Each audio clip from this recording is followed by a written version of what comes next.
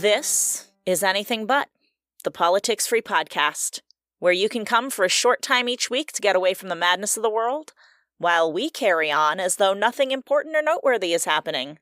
All we're trying to do is put you in a better mood by the end of the episode than you're in right now. So stick around for some conversation, some nonsense, some games, and some swearing. Probably gonna be a ton of swearing. I'm Heather. And I'm Ryan. Welcome to our bubble. Let's start out with a few shout-outs. People that were mercilessly annoyed in the process of this podcast coming together.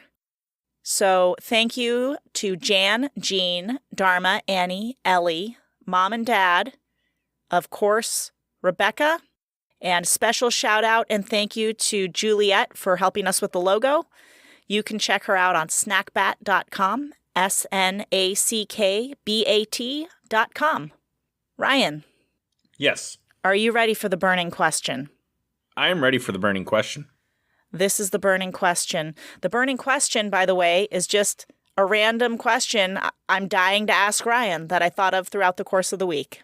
What is the longest you've ever gone before you finally got a joke?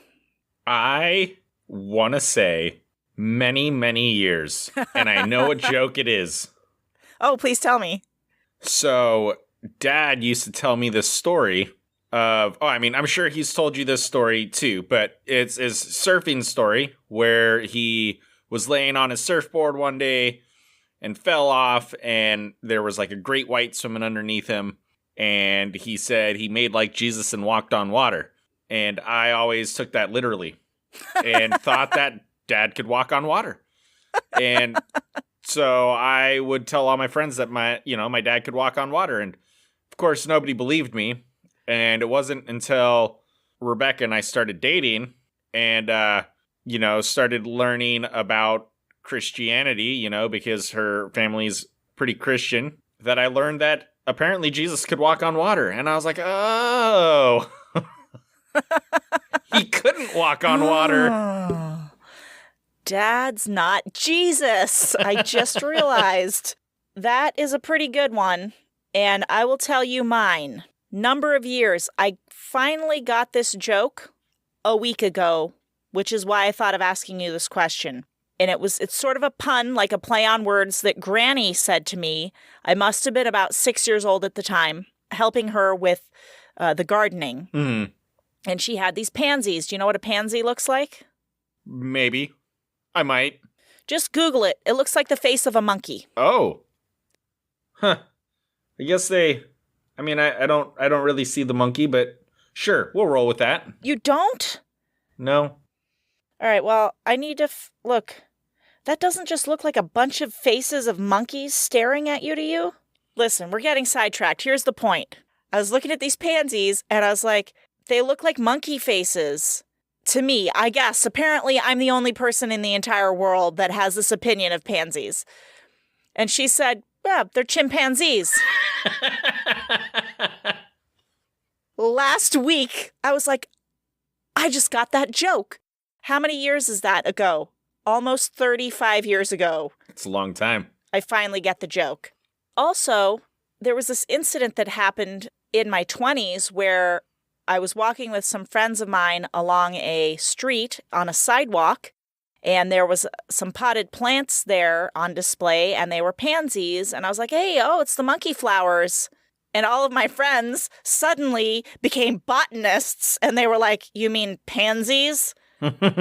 Anyway, so apparently I'm the only one that thinks they look like monkeys. Other than maybe Granny. Yes, but she might have just been making a pun and wasting it on a 6-year-old that didn't get it, because I've done that a ton with my kids. My best pun, by the way, Holly has these stick friends. She has these stick friends, so she just picks up random sticks. She's like, this is my friend now. I'm like, okay. So she'll go around, and she usually pretends it's some kind of animal, right? Mm. So she hops onto one stick one day, and she's riding it around like it's a horse, and I, in a moment of pure genius, was like, you're a fantastic stickwestrian. Wasted. That's good stuff. Okay. Now it's time for conversation starters. Okay. Here's the question. When did you last cry, and what made you cry? I don't know, like not long ago. Maybe like 3-4 months ago, and it was work-related. Stress and such from work. Feeling underappreciated. Well, I feel ya on that. You want to know when I last cried? Yes, tell me. Okay, first of all, I cry quite easily. Same. Not necessarily about things that hardships or like frustrations of life, but like happy reunited videos or like puppies being saved or like, emotional things that I'm looking at from a distance. Weddings, total strangers' funerals. I will sob at all of these things, right? Yeah. So the last time I cried was at a Subaru commercial, and it was just a very happy family all together. And then it was like, love, it's what makes a Subaru. And I was like, it is what makes a Subaru a Subaru. I want a Subaru. Why do I have a Mazda? Legitimately, I think that I had not slept much at the point in time when I was watching this commercial, but they do get me in the fields, those Subaru guys. Next question. Do you look forward to getting older? Why or why not? Yes. Mostly yes. I will say mostly yes, and no for one particular reason. No, because I really don't like all the body aches and shit that comes along with getting old. Because as I get older, I've noticed that there is not a single day that goes by where I do not feel 100%. There's always like a crick or an ache or something going on in the body that draws my attention to it. That's the only downside. Yeah. To being old, but I look forward to being able to retire, not have, like I have like a pretty decent pension. So, at some point I'm going to be able to retire and do other things. I look forward to having grandkids. I feel like there's my kids, they're, I got a teenager and one that's almost a teenager. And there's a lot of things that I couldn't do with them, when they were younger because of work. And I'll have those opportunities with grandkids. So, I don't know. Absolutely. You'll also have the opportunity to get your grandkids all the loud, obnoxious toys you never got your children. Yeah. I'm looking forward to that. It's called vengeance. But yeah, I agree. I don't look forward to the physical part of getting older, but I kind of don't look forward to the seemingly attendant aches and pains. Yeah. And I know I'm going to be sad at times about the wrinkles and things, but I have accepted that as an obvious inevitability. It's going to happen. And then you can get away with more stuff when you're older. You know what I mean? The very young and the very old get away with anything. So I'm looking forward to just farting everywhere I walk all day long. Nobody cares. I don't have to hold it into the point of total pain anymore. Okay, that brings up another question. Uh-huh. When people fart around you, do you get like super upset about it? Do you make a big deal out of it? No. I tend to act like I haven't noticed it all. Because here's why. Because whoever did it, I just feel like is already embarrassed enough without having to draw attention to it. So I did this workout program last year sometime, but it required me having to change my diet completely. And so I was like loading up on protein. Like I was eating a lot of protein. And so I got what was known as the protein farts. And it seemed like I was the only person at this gym that was having that issue because I was farting constantly. And it's like it was like a CrossFit style workout. So you're all working out together and I couldn't help it. Like I had to just let them rip, And then you'd start hearing people freaking out over this fart and I would just stay silent because what am I going to do, right? So the guy that runs the gym, like I went up to him, I was like, dude, like seriously, like this diet is screwing me up, man. I am farting constantly. Like, all the complaints that you're hearing out there because of me. And he just starts laughing. He's like, oh, you got the protein farts. And so he's like, yeah, there's not really a lot you can do about it, you know? He's like, just try to take some Beano or Gas X or something and see if that helps. And I was like, all right, dude. So, like, I tried and it didn't help much. And so, like, there was, like, one time where I was, like, bench pressing and, like, as I'm pushing the weights up, like, all of a sudden I ripped ass and the trainer was like, oh my God, who keeps farting? And I just like trying not to lose my shit as I'm pushing this weight up. And I set it down. And there was this lady that was like right there, like this older lady. And I was like, it's me. I keep farting. I'm so sorry. And she starts laughing. She's like, it's okay. I used to be a nurse, you know, it's totally natural. Everybody does it. I don't know why people freak out about it. I know. That's my whole thing. Why?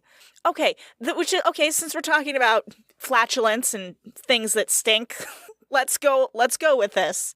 I will never forget. I used to go into a public restroom and just do what I needed to do with no embarrassment whatsoever.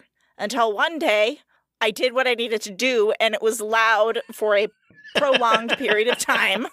And I walked out of the stall, and some random chick was standing there who I can't remember her name now. And she was like, damn, that was loud. Like, at that moment, I was like, I can't fart in a bathroom. So now I have all this, like, shame connected with it. And I'm like, don't fart audibly in here. And, like, and it's just so annoying. I look back on that. I never give anyone shit, no pun intended, right, for farting or crapping in a bathroom. Like, if there is anywhere where somebody should not be hassled because they pass gas, it is in a bathroom. That is what it is there for. Thank you for doing that in here instead of doing it in the cafeteria or somewhere else inappropriate, right? Right. Oh, anyways. But yeah, it's just weird. People make this huge deal about it. It's a fart. People fart. Every single person has gas sometimes. Why are we giving people a hard time about it? Definitely. All right, let's move on. Would you rather be completely colorblind or not have a sense of taste? That might be a touchy subject for you. It is. Don't you see that you're making me cry?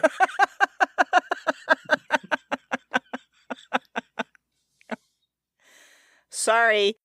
Yeah, well, I mean, being already partially colorblind myself, and I say partially because I can see color, okay? I just don't see color the way other people see color, and it is very evident sometimes when those instances happen. But I don't know. I love the taste of food, and if it, you know, at least I can still see things. Like, I haven't completely lost my vision, so the fact that I can still see, but I still get to taste good food, I'll be good. Yeah, I agree. I'd rather be neither of those things, but I'd much rather retain a sense of taste than a sense of colors, even though I would probably miss seeing colors. And also, the thing about taste is it's also useful because you might eat something that's gone bad. If you can't taste it, you're just about to eat a whole thing and make yourself sick. Oh, yeah. Like, that seems like a little more important of a function there. When it comes to traffic lights, it's like the red one's always at the top and the green one's always at the bottom. So you don't really need to know the difference in colors. You just have to be able to see which one's lit or not lit. Yeah. I used to have these sunglasses that I'd wear that were like a red tint. Mm-hmm. I mean, it was a very strong red tint. And I was driving up to this traffic light and I was like, oh, that's weird. That traffic light's off. So I stopped at the light and person behind me is just like wailing on their horn. Like, what the fuck are you doing? And so I'm like, I'm stopping, you know, like I stop and, you know, check all the ways because that's what you do when the lights are off, right? And so I start going and this guy drives by me, angry fist and yelling at me as he drives past. And I was like, dude, what the hell? And so I ended up taking these glasses off. And as I was coming up to another traffic light, it was a green light and I put the glasses back on and then like the light completely disappeared and I was like, oh, it was a green light. All right. It's time to move on to pet peeves. We're going to start with mine this week. Are you ready? Yes. I don't know why this bothers me, by the way, and it's something some people may not have even noticed. But at a certain point, you walk into a cafe or a restaurant or a grocery store, and suddenly you are not a customer anymore. You're now a guest. Next guest, please. I'm like, am I your guest? Really? You gonna feed me while I'm here without me having to pay for it? You gonna put me out? Am I staying the night? Are we going out together? I'm your guest. Okay. And I don't understand why this terminology has been used, but it obviously doesn't bother people for the most part, or I don't think they'd keep doing it. Right. But I am too much of a nomenclature snob to be your guest. Okay. I need to be your customer while I'm here. I think we should have a choice. I just walk in and be like, hey, guys, just so you know, I'm a customer. Please don't call me your guest. I'm not going home with you. You're not putting me up for a week and taking me whitewater rafting. Right. I'm not your guest. Yeah. I have had the same feeling about that. But as we're sitting here talking about it, it occurred to me that it must be a marketing thing that a lot of people must like. Otherwise, like you said, they wouldn't do it. So, but I'm the same way. Next time I go into the coffee shop and they're like, next guest, I'll just be like, start to walk off without paying for the coffee. I'll just take the coffee and be like, okay, bye. I'm your guest, so I'm just going to sit over here for the next hour and a half. What's your Wi-Fi password?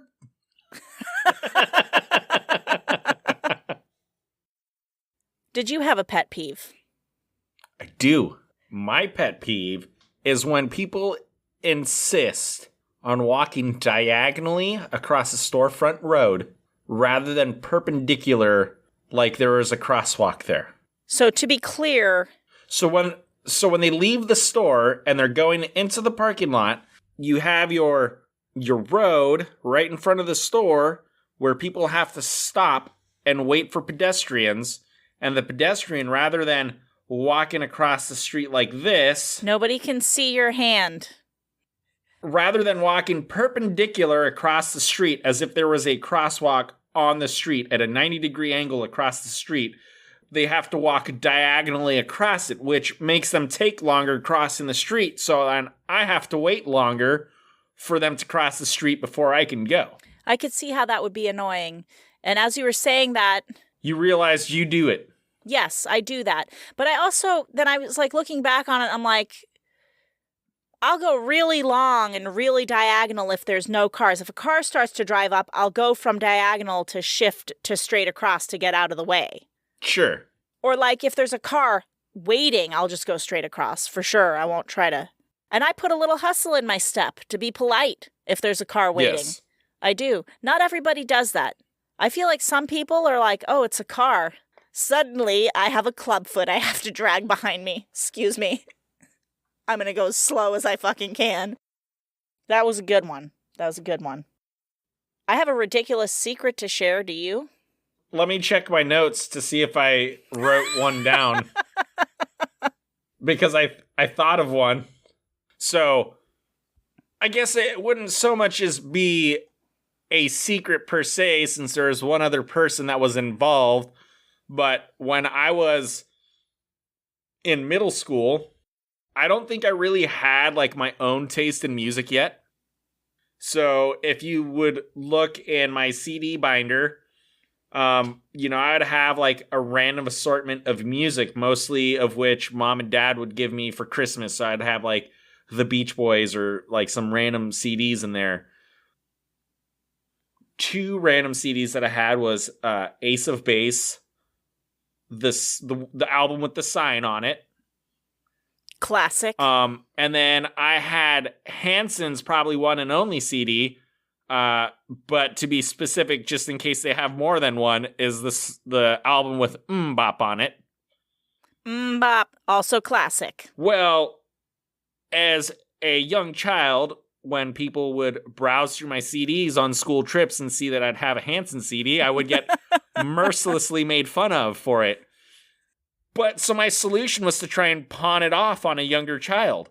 And there was this kid who was in lower school, And I happened to be in the gym. I think there was like a game going on at the time.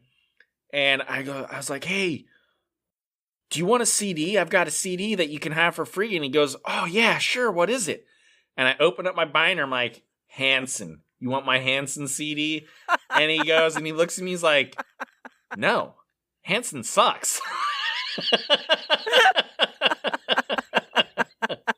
And then he walked away and I just stood there in shame. All right. Well, here's my ridiculous secret. And this is kind of embarrassing because until way too recently, and I mean way, way too recently, I honestly thought that if I got a star-shaped bubble wand and blew bubbles out of it, that the bubbles would be star-shaped too. Until way too recently was I of this opinion. Until I brought home a star bubble wand. And I was like, Holly, look, it's a star-shaped bubble wand. Come on, honey, let's go blow bubbles. She was like, okay, Mom. And then I start to blow out the bubbles. She's like, they're going to be star-shaped. And I'm in my head, I'm like, yeah, they are. They were round. They were spherical. Okay. And I was like, yes, that scientifically and logically makes much more sense than them being star-shaped. Don't know why I had that childish fantasy in my mind. And I was like, to my daughter, she's like, oh, they're not star-shaped. I was like, no, well, they wouldn't be star-shaped, honey. Yeah, no, that's not how physics works. Yeah, I knew that. That's funny. Alrighty, well, it is time for Podcast Gamers. I think we should do Fortunately, Unfortunately. So do you want to start the story, or do you want me to start the story? You start the story this time. Okay. Dilbert was relieved to have finally been deposited back down to Earth after his alien abduction. Unfortunately, they put him in a tar pit. Well, he's dead now, so that's the end of the game. I mean, are we... Forget that one. Let's move on. Let's do one-word stories. Pick a word, any word. Joe. Was. Very. Happy. That. He. Took. The. Bus. To. The.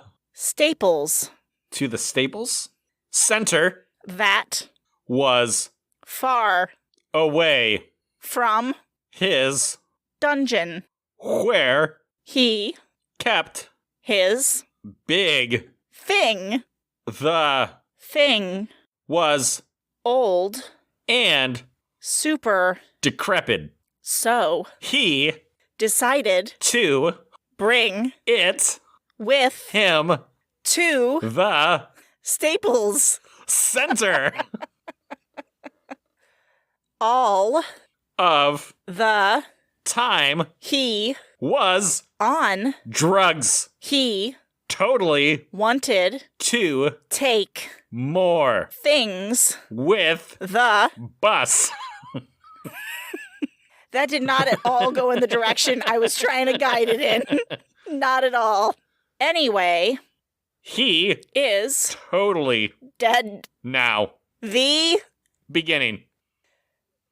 Huzzah. Well Huzzah. done. Well done. All right. I thought that went quite well. Okay. It is now time for us to go, but we don't want to leave you without some advice or some words of wisdom that hopefully will help you.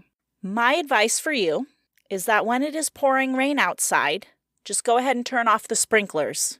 You don't need them on in a thunder shower. That advice is based on me seeing somebody's sprinklers on in a thunder shower and thinking what a waste of water that was. On that note, also, if you're going to water your lawn in the middle of summer, do it at nighttime and not during the day so that the sun is not drying up all the water that you're throwing onto your lawn. And at nighttime, it gives it a chance to sink and absorb into the soil. You're welcome. This message was brought to you by the non-gardeners of America. Yes. Until next time. Chowsers! Chowsers! That's an inside joke that only we have, because we lost that part of the recording when I said that. Nobody's gonna get it. It's just gonna be yours and mine.